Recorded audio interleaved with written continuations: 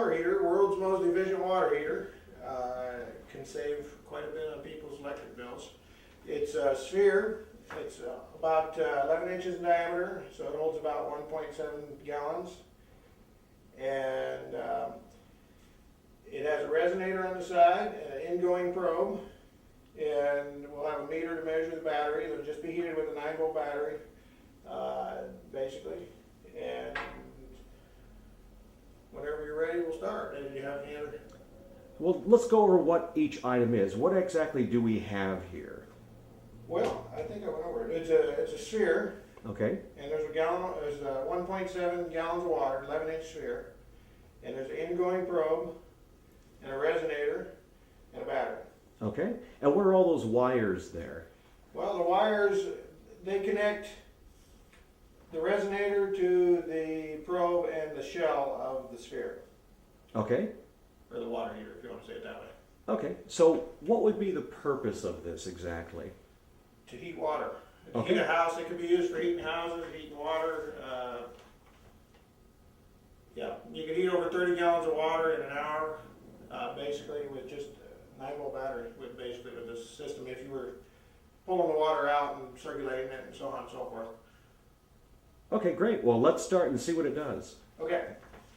Okay, the time and the temperature, let's go, the ingoing temperature is 100 degrees, 101. Can you see it okay on the camera? I'm sorry, let me zoom it in here. Okay, it's 101 degrees. Okay. And the time is 25 minutes and 30 seconds. We're going to go for 2 minutes. And we're plugging in the meter. And the draw is 0.18 amps. Okay. We're set on the 10 amp setting.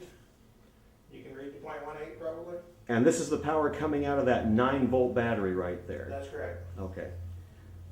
So what would be the advantage of having a heater like this? Basically, the advantages are many. Lower energy costs. You can save about 90% on your heating bill.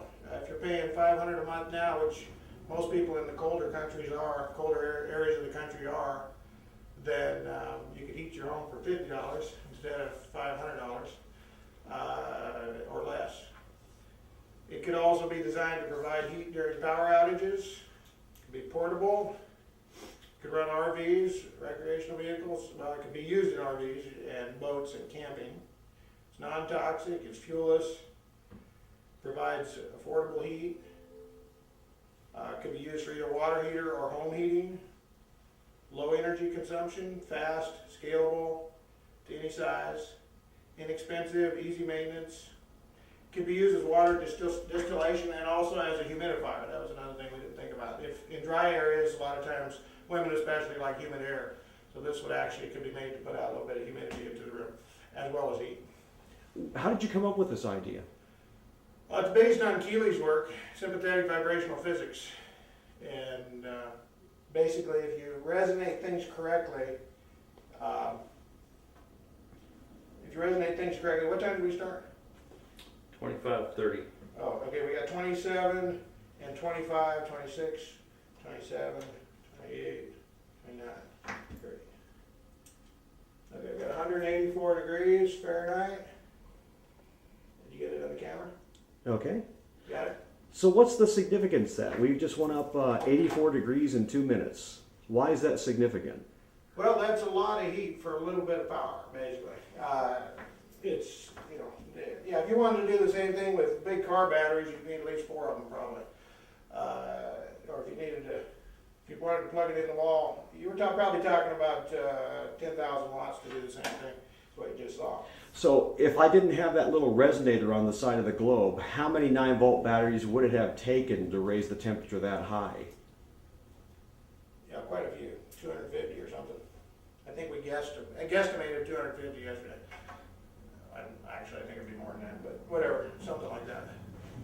So this is a fuelless, electricity-free generator, or it requires an external power source? How does this thing work? Give me some more examples of what exactly this thing does and why it's beneficial. What are some of the benefits of this?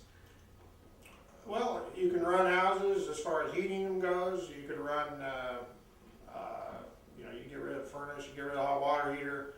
It has a lot of uses. In camping situations, it could run with a battery. You know, you can run off your car if your house, your car battery, if your car's working and you got your car battery, you could run this type of thing, or heat your house, heat your room, whatever, to keep from freezing to death in power outages and so on and so forth. So it's the world's most efficient heater. Yep. Fantastic. Can we see what's inside? Yeah, let's take it apart. You definitely got the reading on the heat, right? We did, 184 degrees. Okay, good. Let's take it apart and see what's inside. We'll pour the water in a bucket there, and I'll need some gloves because the thing is hot.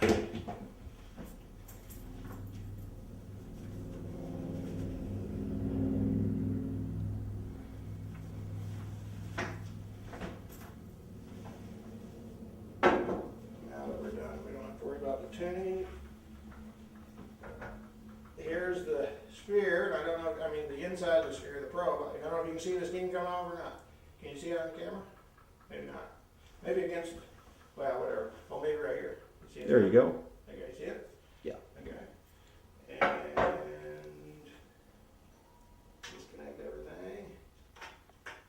And let's see, we're all disconnected. And we'll pour it. I'll bring the bucket over so you don't have to move your camera.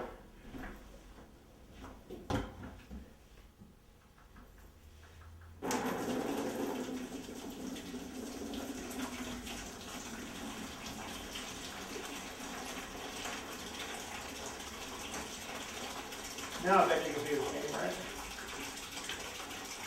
Perfect.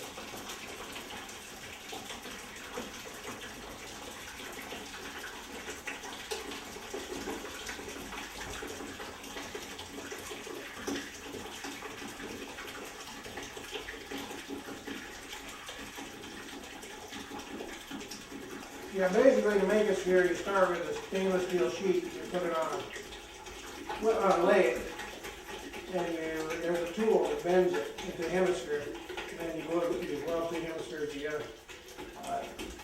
Jim was asking about that earlier. Any other questions or thoughts? Yeah, what's the purpose of that probe that goes down the center of that sphere? Well, that's the ingoing negative, and it becomes three different types of negative. Yeah, basically it helps establish a vibration from the inside to the outside. It sets up a set of vibrations, and that creates an unusually fast heating of the water. Also heats perfectly smooth. You don't hear the popping like you get with a lot of furnaces and stuff. Even if there's no blower on your furnace, you'll still hear popping sounds as it heats up, and that's because it doesn't heat up evenly. It suddenly changes size. And this heats up perfectly uniform, both the sphere and the probe inside, basically. So does that probe make it radioactive like a microwave, or? No, there's no dangerous energies coming off of this whatsoever. Matter of fact, the energy that this gives off is actually healthy and good for you. Fantastic, thank you. You're welcome.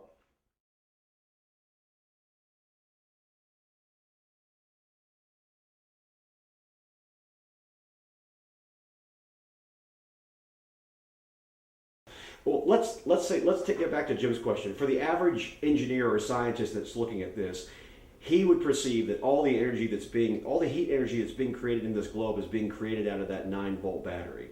Oh, that's not correct. The 9-volt is not even necessary, as we already discussed.